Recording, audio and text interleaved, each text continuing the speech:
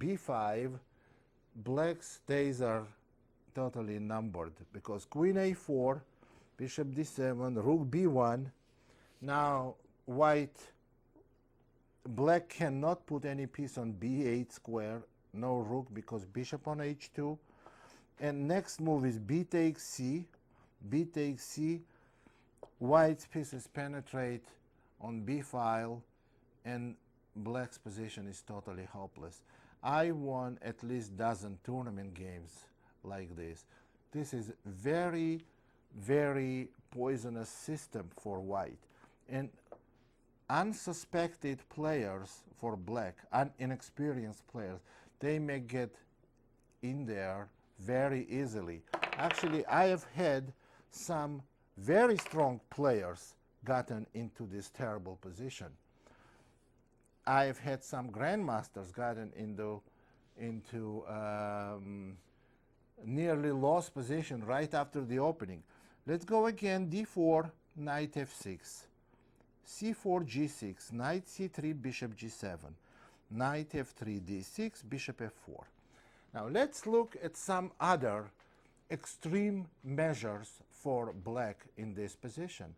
In this position, black has moved like knight h5. This is very unique move. On knight h5 move, I would really recommend you to learn this move order that I'm going to show you now. You have to be very, very accurate here. The only move that makes any sense, even though it doesn't sound right, is bishop to e3. And why? Why don't we go bishop g5? Because remember I said it's not a good idea to give up dark square bishop. Now black can go h6, and after bishop h4, g5, and we don't have any other move but bishop g3. That's what we don't want to go to do, and to give dark square bishop. So we go bishop to e3. Now how can bishop e3 be good? It is good. Suppose black castles. I've had even in one game black went f5 against me. Okay, what you do on f5, I played g3. When my opponent castled, I went bishop g2. This is good position for white. My opponent played f4. My opponent was, I don't know, he was either extremely aggressive as a chess player or maybe he was drunk. But either way, it's a good position for white. G takes f, knight takes f4, bishop takes f4, rook takes f4, and queen d2. Rook retreated and castling long. Now, see, this position is real bad for black, because what white does simply h4, h5, and it's very difficult for black to come up with any constructive plan. On knight c6, we can even go d5, and knight e5. I think that's knight takes e5, bishop takes e5, maybe even e3. I'm not sure that's the exactly way it has to be played, but that's possible, one of the possible ways. Knight e4, e3, and f4. So this is possible ways to play this position. Now let's go back again to the bishop e3 position. After bishop e3, knight h5, bishop e3. That's what we have. Now, if black castles, we go g3. This is position. So now what you do is develop bishop g2, castle, rook c1. Well, a knight c6, castle. If black goes e5, you can go maybe, I don't know, maybe rook c1, maybe d takes e. Knight on h5 does not look good. So you just simply make normal centralized moves for white, and you have good position. On any f5 move, you can always go bishop g5. And on queen e8, something like knight d5. And you can open center real quick, and white's pieces are better placed here.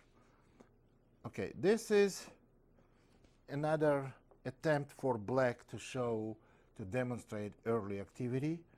Otherwise, after bishop f4, in this position, they should castle, e3, and let's look at another way to play for black. Knight c6, bishop e2, and knight to d7.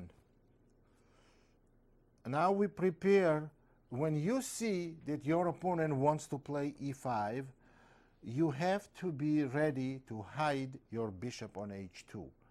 So I go h3, e5, and bishop h2. Now this is good position for black. For white, if they go f5, black goes f5, we castle.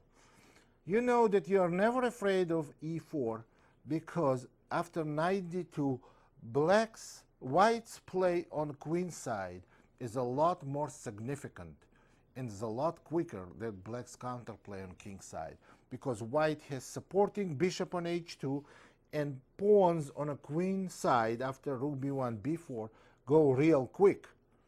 So this position, of course, we can analyze a lot deeper and spend another hour maybe, or maybe even longer analyzing this position. But that's as much as we can afford to analyze now. So I'm giving you an ideas, and it's your job to develop it and use it. Again, there is another way for black to play. d4, knight f6, one more way. g6, knight c3, bishop g7, knight f3, d6, bishop f4, castle, e3, and c6. So what is black doing now? Actually, there are two more ways, c6 or c5. Let's look at both of them. Let's look at c5 first. So we go bishop e2, and now after c takes d, e takes d. This is simply bad position. So the reason why this position is bad, because what white is going to do next, they're going to castle, they're going to put the pawn on d5, and then play rook e1, and this is a big superiority in a pawn structure, because white has open e-file, and black has backward pawn on e7, and virtually no counterplay. White is going to play queen d2, rook d1, knight d4, and black is in danger to be under very big pressure. So this is bad position.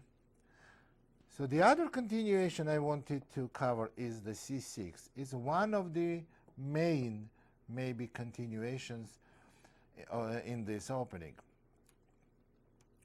So now black castles, e3, c6. So we go h3 now or h3 move later, it doesn't really make difference. Bishop e2, a6, h3, knight d7, white castles, and black plays b5. So this is black's plan, to play on the queen side. The correct way to play for white is to go a3. The reason why we're going a3, because once black is playing on a queen side, we want to organize counterplay in the center, to play in the center. We want to go e4. You cannot go e4 without playing a3, because after e4, b4, you're in danger of losing central pawn on e4, central pawn. So we going a3, and black has to make choices here, make decision here. They may take on c4, but then we play bishop takes c4, and they may go c5. Now, I've had this position few times for white, and I've had it a couple of times for black. I was very unhappy with black, and I was very happy with white. On c5, my opponent played rook e1 and rook c1, but the best move is d5.